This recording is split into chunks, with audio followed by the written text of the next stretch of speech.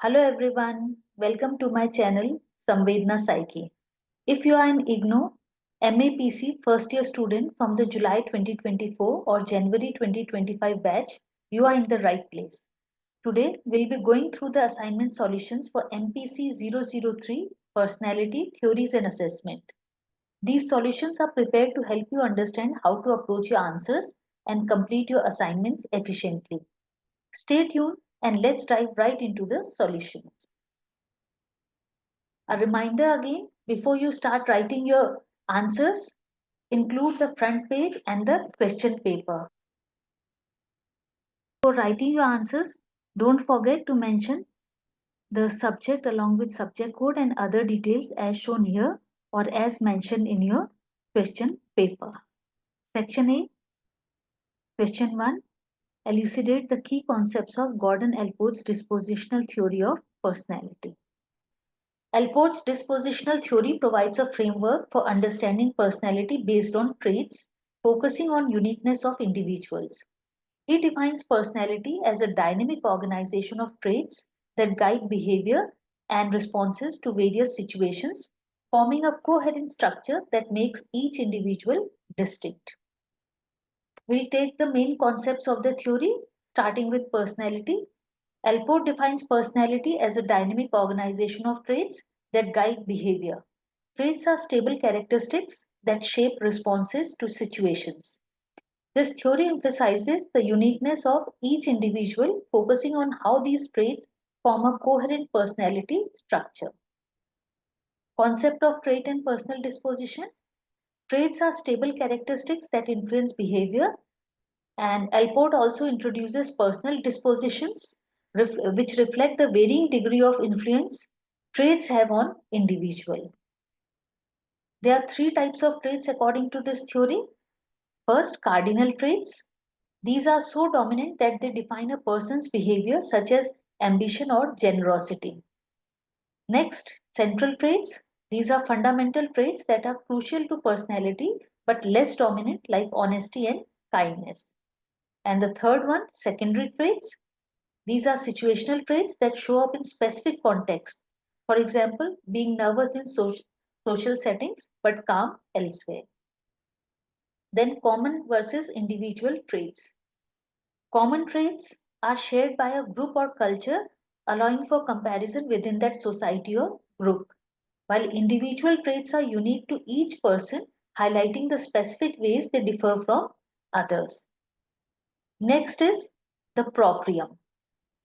This refers to the core self, including aspects like self-awareness, self-esteem, and personal identity. It is central to how individuals perceive themselves and develop over time. Allport defines proprium from two perspectives. Phenomenological point of view, it represents the central warm core of the self, and according to functional point of view, the proprium includes developmental aspects like self-esteem, identity, and goal setting. The proprium develops through stages like sense of bodily self, which is awareness of the body, sense of identity, that is recognition of oneself as distinct, sense of self-esteem shows pride in achievements, sense of self-extension is integration of external things into self, self-image is the aspirations from others, self as rational is the ability to reason, and appropriate striving, that is setting and pursuing long-term goals. Next concept is functional autonomy.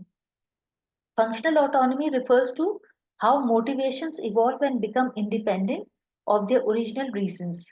It's of two types: perseverative autonomy, which refers to actions that continue out of habit, and appropriate functional autonomy is when motivations align with personal values and self-concept, reflecting purposeful behavior.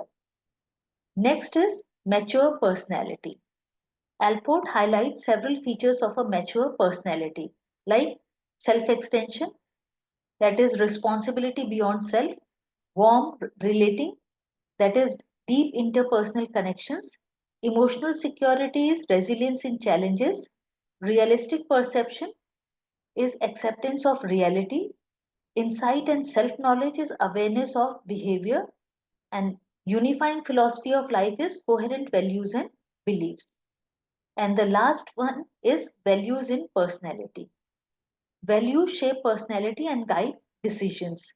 Allport identifies several types of values: theoretical, which is knowledge focused; economic, which is practically oriented; aesthetic is appreciation of beauty; social, importance of relationships; political, beliefs about societal structure; religious, spiritual beliefs which guide ethics.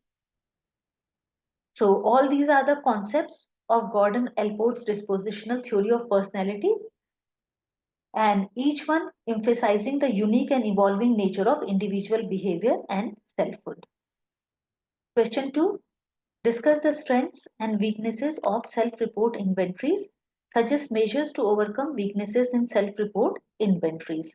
Self-report inventories are tools for self-assessment where individuals provide insights into their feelings and behaviors through structured questions. First, we'll take the strengths. First one, objective scoring. Standardized questions minimize biases, ensuring consistent and reliable results across individuals. Next, ease of administration. These inventories are simple to administer and cost effective, allowing for large scale assessments in various settings. Next, high reliability. They produce consistent results over time, facilitating informed decision making based on stable data. Multidimensional measurement. They assess various personality dimensions in one go, providing a detailed profile of an individual traits. And the last one, cost effective, generally less expensive than other methods, making them accessible for routine assessments and large studies. Then the weaknesses. Deliberate deception. Individuals may intentionally distort their responses to appear more favorable, compromising result accuracy. Social desirability bias. Respondents might answer in a way that aligns with societal norms rather than their true feelings, which skews the result. Response set bias. Patterns of answering can distort data, reducing assessment accuracy. Faking and response manipulation. Individuals may manipulate answers to achieve desired outcomes, undermining the inventory validity. And the last one, limited contextual insight. They may not fully capture situational factors influencing behavior, impacting the comprehensiveness of the assessment. Then the measures to overcome weaknesses. Establish rapport, creating a supportive environment encourages honest responses. Force choice techniques, these reduce social desirability bias by presenting equally appealing options to choose from. Concealed purpose, hiding the true intent of the test can minimize response manipulation. Verification keys, tools to detect inconsistencies and response distortions enhance reliability. And the last one, supplementary methods, combining self-reports with behavioral observations or informant reports provide a broader perspective on personality. And with this, you'll conclude your answer. Question 3. Define behavioral assessment. Discuss the common characteristics and assumptions of behavioral assessment methods. Behavioral assessment is a structured psychological method aimed at understanding and measuring behaviors to identify their causes and influencing factors, focusing on observable actions in specific contexts to develop effective behavior modification strategies. Common characteristics and assumptions. The focus is on observable behavior. It emphasizes both visible actions and internal thoughts, capturing data from actual behaviors observed in real time, providing an accurate depiction of individual behavior. Quantification of behavior. It uses numerical measures to record and analyze behaviors, enhancing objectivity and enabling reliable comparisons, which aids in effective communication of findings. Use of trained observers. This method relies on skilled observers who apply measurement techniques consistently, ensuring the reliability and impartiality of assessment results. Empirically validated measures. It employs rigorously tested tools that yield consistent and reliable outcomes supporting the scientific credibility of the assessment, recognition and minimization of errors. It acknowledges potential assessment errors and uses statistical methods to minimize them, enhancing data accuracy. Environmental influences on behavior.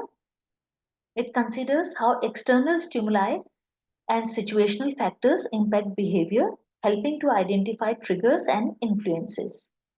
Multi-source information gathering. It gathers data from various methods like interviews and observations to provide a comprehensive understanding of behavior from different perspectives. Emphasis on intervention. It focuses on developing effective strategies for modifying behaviors, ensuring assessments lead to actionable outcomes. Continuous assessment. It involves ongoing evaluation across baseline, intervention, and follow-up phases to monitor effectiveness and adapt strategies as needed. Empirically based decision making. The decisions are based on empirical data, ensuring tailored interventions that address the specific needs of individuals. Focus is on individual. It prioritizes personalized assessments over normative comparisons, allowing for intervention plans that directly target influencing factors. Next, consideration of individual differences recognizes that behavior can be context dependent, leading to a nuanced understanding of individual behaviors. Problem solving orientation aims to identify causes of behavioral issues and develop strategies to address them, ensuring meaningful behavioral changes. And the last one, development of adaptive behavior, encourages positive behaviors that enhance overall functioning and well being, promoting long term improvements in quality life. Thus, behavioral assessment employs objective observation and quantification to analyze and modify behavior, resulting in effective and individualized interventions that improve overall outcome for individuals. Now we'll move on to section B. Section B, question 4, explain the Big Five model of personality, discuss the advantages of Big Five structure. The Big Five model, also known as the five-factor model, is a prominent framework in personality psychology developed through the lexical and questionnaire approaches. It identifies five core dimensions that describe human personality traits.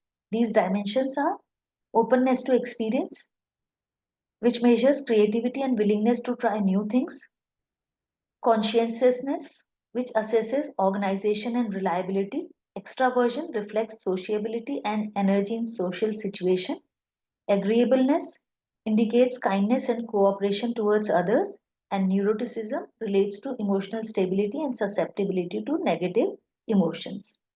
Advantages of this structure: it provides a comprehensive framework which encompasses a wide range of personality traits. Clarity and precision, clear definitions and consistency in research, empirical support. It is backed by extensive research linking traits to behavior. Versatility, useful in various fields such as job performance and mental health.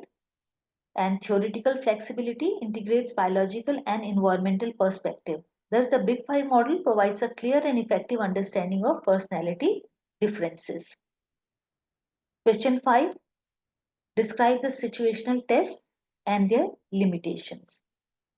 Situational tests are assessments designed to evaluate personality traits by observing individual responses to everyday social situations, offering a blend of standardized and observational methods. Developed during World War II for military screening, these tests aim to capture genuine behaviors in realistic context, making them useful for assessing traits like leadership and extroversion. Limitations of situational tests: they are time consuming and costly. They require extensive observation time and effort to create realistic scenarios along with trained observers. Subjectivity and bias: observer biases can comprise the fairness and accuracy of results, affecting reliability. Isolated behavior issue: Focusing on specific behaviors may lead to difficulties in interpreting their significance in isolation from broader personality traits. Selection of behaviors. Choosing which behavior to observe poses challenges that can impact the relevance of the result. And the last one, observer presence. The observer's presence can influence participants' behavior, affecting authenticity. So, while situational tests offer valuable insights, their limitations necessitate careful consideration for accurate assessment. Question 6. Elucidate Albert Bandura's social cognitive theory of personality. Albert Bandura's social cognitive theory explores personality development through the interplay of cognitive, behavioral, and environmental factors diverging from traditional behaviorist views. The main concepts are reciprocal determinism, behavior, personal factors like cognition, and the environment interact dynamically, influencing one another. Observational learning, individuals learn behaviors by observing others without direct reinforcement, involving attention, retention, reproduction, and motivation. Self efficacy, this is the belief in one's ability to succeed, impacting willingness to face challenges and persistence.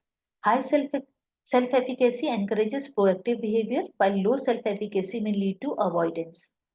Role of environment, the environment shapes behavior through models and reinforcement. Individuals actively engage within their environment, influencing their own development.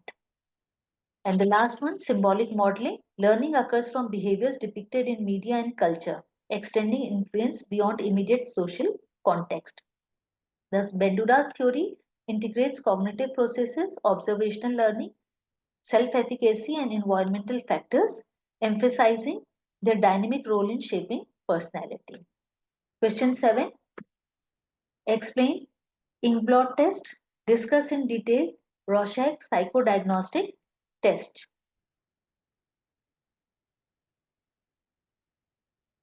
Inkblot tests are psychological assessments that analyze how individuals interpret ambiguous inkblots, helping to uncover thoughts, emotions, and personality traits.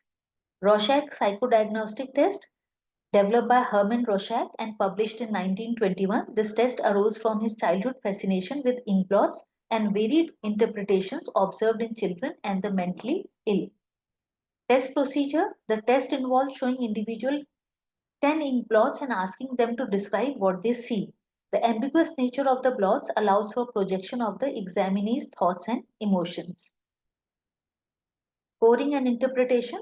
The scoring system includes several categories like location, which focuses on response, whether the entire blot, common detail, or uncommon detail. Determinant.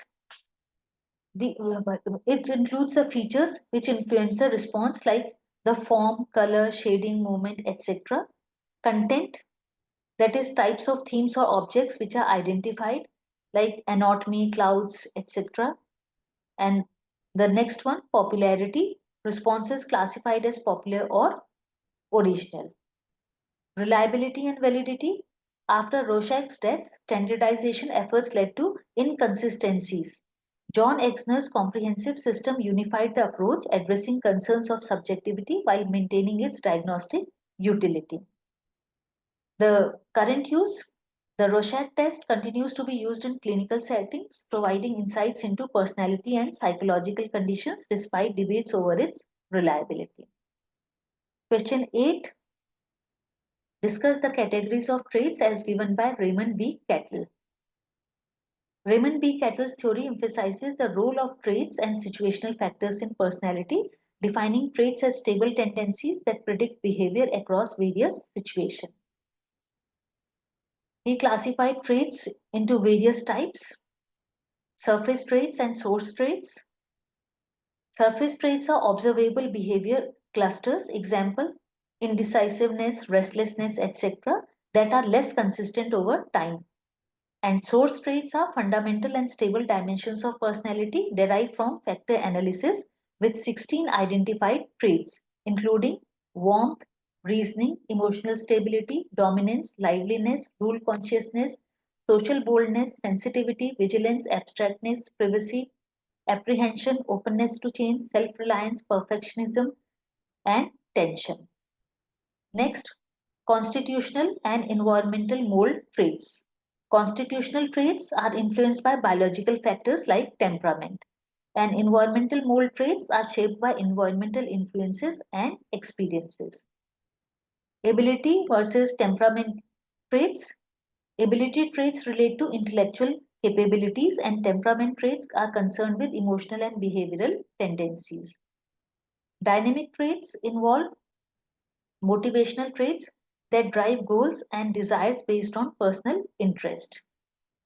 Common traits are shared across culture or group, and unique traits are specific to individuals. And global traits, they are much more broader traits combining primary traits such as introversion, extraversion, receptivity or openness, self-control, etc. Thus, Cattell's trait categorization enhances our understanding of personality by differentiating between observable traits and deeper characteristics, advancing personality research through factor analysis. Next is section C, which again we start from a fresh page. Section C, question 9. Ayurvedic body types describe the three doshas: Vat, that is ectomorph, changeable, anxious; Pitta, mesomorph, predictable, prone to heat issues; and Kapha, endomorph, solid, may experience obesity. Question 10. The 16 personality factors questionnaire explained that this tool developed by Cattell evaluates personality through 16 core source traits measured on a continuum. Question 11. Senior Apperception Test or SAT outline the purpose of this test for older adults, utilizing 16 pictures that reflect themes like loneliness and health while noting its criticism regarding norms. Question 12. Growth needs. Define growth needs or B needs as the desire for self-actualization that emerges after fulfilling basic needs or D needs. Question 13. Homeostasis. Discuss the importance of maintaining homeostasis or stable internal conditions and how disruptions can lead to irritability and emotional instability. Question 14. Social deprivation. Here illustrate how lack of social contact affects personality development, leading to isolation and negative self-perception, particularly in children and adults. Extraversion, introversion. Differentiate between extraversion, that is sociable, externally focused, and introversion, introspective, reflective, and how these traits influence interaction. Question 16. Limitations of interview method. Highlight the limitations of interviews, including self-report biases, interviewer influence, and how structured question can help but not completely eliminate these issues. Question 17. Self as given by Rogers. Clarify Rogers' concept of self, that is true potential, versus the ideal self, that is societal expectations, emphasizing the importance of alignment for happiness. Question 18. Nomothetic approach of personality. State that this approach views personality as stable and hereditary, with behavior predictable through self-reports and questionnaires. And with this, we have completed all the assignment answers. That's all for today. I hope these solutions for personality theories and assessment help you tackle your assignments with confidence. If you found this video useful, please like, subscribe, and share it with your batchmates so they can benefit too. If you have any questions or thoughts, feel free to drop them in the comments. Thank you for watching, and I'll see you in the next video.